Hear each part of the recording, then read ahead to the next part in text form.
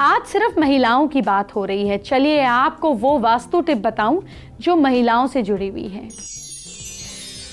जिसके घर का आगे का भाग टूटा हुआ है, प्लास्टर उखड़ा हुआ है या सामने की दीवार में दरार टूटी फूटी या किसी प्रकार से खराब हो रही है, उस घर की मालकिन की सेहत खराब रहती है, उसे मानसिक अशांति रहती है और हमेशा उदास रहती है। किसी घर का साउथ वेस्ट का अगर जो कोना है, ये किसी भी तरह से, अगर साउथ वेस्ट का कोना किसी भी तरह से घर से नीचा होता है, वहाँ कोई वाटर टैंक होता है, कुआं, बोरवेल, सेप्टिक टैंक होता है, तो ऐसे घर की महिलाएं अक्सर बीमार रहती हैं। ऐसे घर की स्त्री कोई ना कोई बीमारी, बड़ी बीमारी लेकर हो सकती है, इसलिए बहुत ध्यान रखें। जिस घर का साउथ वेस्ट कोना बड़ा हुआ है, उस घर की स्त्रियों को लंबी बीमारियां हो सकती हैं। घर के पूर्व दिशा में मुख्य द्वार हो, उत्तर दिशा में काफ़ी कंस्ट्रक्शन हो, दक्षिण जगह खाली हो, तो घर की फीमेल के साथ अनहोनी हो सकती है। दक्षिण में घर का मुख्य द्वार हो और ईशान कोण तक घर बना हो और दक्षिण दिशा खुली हो, वहाँ बरामदा हो, तो जहाँ पर भी ये फीमेल रहती है इसकी हेल्थ खराब होती है।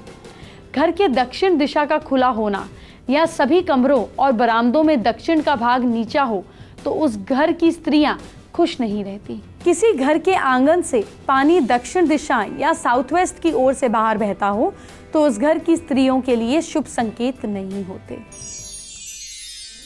मुझे मालूम है अभी महिलाओं के तिल की बात पूरी नहीं हुई, आप वेट कर रही हैं। आपको वेट क्यों कराया जाए, आपका इंतजार खत्म कर देते हैं। बाकी के तिलों की जानकारी मुझसे ले लीजिए। स्त्री के बाएं गाल पर काला तिल हो तो उसको ऐश्वर्य खूब मिलता है, जबकि लाल तिल बताया जाता है कि स्त्री को मीठा खाना पसंद होता है। दाएं गाल पे तिल हो तो सेहत को लेकर सावधान रहें। अगर चिन्ह पर तिल है तो उसके ना मिलनसार होने का संकेत है, जो किसी से भी घुलना मिलना पसंद नहीं करती हैं, जिन्हें आम भाषा में हम बोल सकते हैं कि इंट्रोवर्ट होती हैं। कंठ पर तिल हो, गले पर, इस जगह पर तिल हो तो अपने घर में हुकूमत चलाना पसंद करती हैं, सब पर कंट्रोल रखना चाहती हैं। स्त्री के बाएं हाथ पर तिल हो तो वो आर्ट लवर होंगी, पढ़ाई लिखाई में इंटरेस्टेड रहेंगी, ऐसी फील्ड में जाएंगी जहां उन्हें धन और यश दोनों मिले। अगर स्त्री के पैर या थाई पे तिल है, अगर पैर पर या थाई पर तिल है तो उसे दुनिया घूमने का मौका मिलेगा। स्त्री के पांव के टखने में तिल है तो उसका जीवन संघर्षों में बीतता है। मेरी क्लास में आपका स्वागत है। महिलाओं की बात हो रही है तो उनके पतियों की बात भी कर लेती हूँ। आपको आपके पति की हथेली में देखकर पता चल जाएगा कि उनका कहीं अफेयर चल रहा है या नहीं। आपको कौन सी रेखा देखनी है ये जानिए। अगर कोई रेखा बुध पर्वत के पास यहाँ किनारे से चलती है, ये रेखा विवाह संबंध और अफेयर रिलेटेड होती है। कई बार ये यूं भी जाती है, आमतौर पर आप इन्हें खड़ी रेखाएं यूं देखेंगे। बुध पर्वत के पास अधिक छोटी छोटी रेखाएं बनी हैं या नहीं, अगर एक से अधिक रेखा हैं तो समझ जाना चाहिए कि एक से ज़्यादा अफेयर होंगे। देखिए बेसिकली लंबी रेखाएं जो हैं वो शादी की होती हैं, छोटी छोटी जो रेखाएं होती हैं वो अफेयर की होती हैं। बुध पर्वत लिटिल फिंगर के नीचे यहाँ पे बनी ये छोटी रेखाएं जो हैं, अगर ये गहरी हो तो इसका मतलब एक से ज़्यादा अफेयर होगा। ये जो डार्क लाइंस हैं, एक तो शादी की होती है लंबी, और जो डार्क लाइंस हैं वो ज़्यादा अफेयर्स की होती हैं।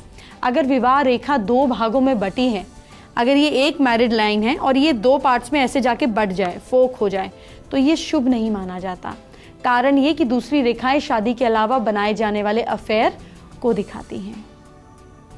अगर शादी रेखा के ऊपर कोई दूसरी रेखा आ रही है तो यह शुभ होता है। सपोज ये कोई रेखा शादी रेखा के ऊपर यूं आ रही है, ऐसे आ रही है, तो इसका मतलब अफेयर से शादी में प्रॉब्लम भी आएगी। इसी वजह से शादीशुदा जिंदगी टूट जाती हैं। चलिए आपको बताते हैं आज की स्पेशल एस्ट्रो टिप। फीमेल्स को अपनी हेल्थ को अच्छा रखने के लिए अपने पाँव में चांदी ज़रूर पहनना चाहिए, चाहे बिछुए के फॉर्म में या पायल के फॉर्म में। ऐसे आपके मन में भी स्थिरता रहती है, आपके एक्शंस भी स्ट्रॉन्ग होते हैं और मन चंचल नहीं होता, नेगेटिव नहीं होता, घबराता नहीं है। इसलिए किसी भी फॉर्म में ठोस चांदी, लेकिन ये प्योरेस्ट फॉर्म में होना चाहिए, आपके पैर में ज़रूर हो।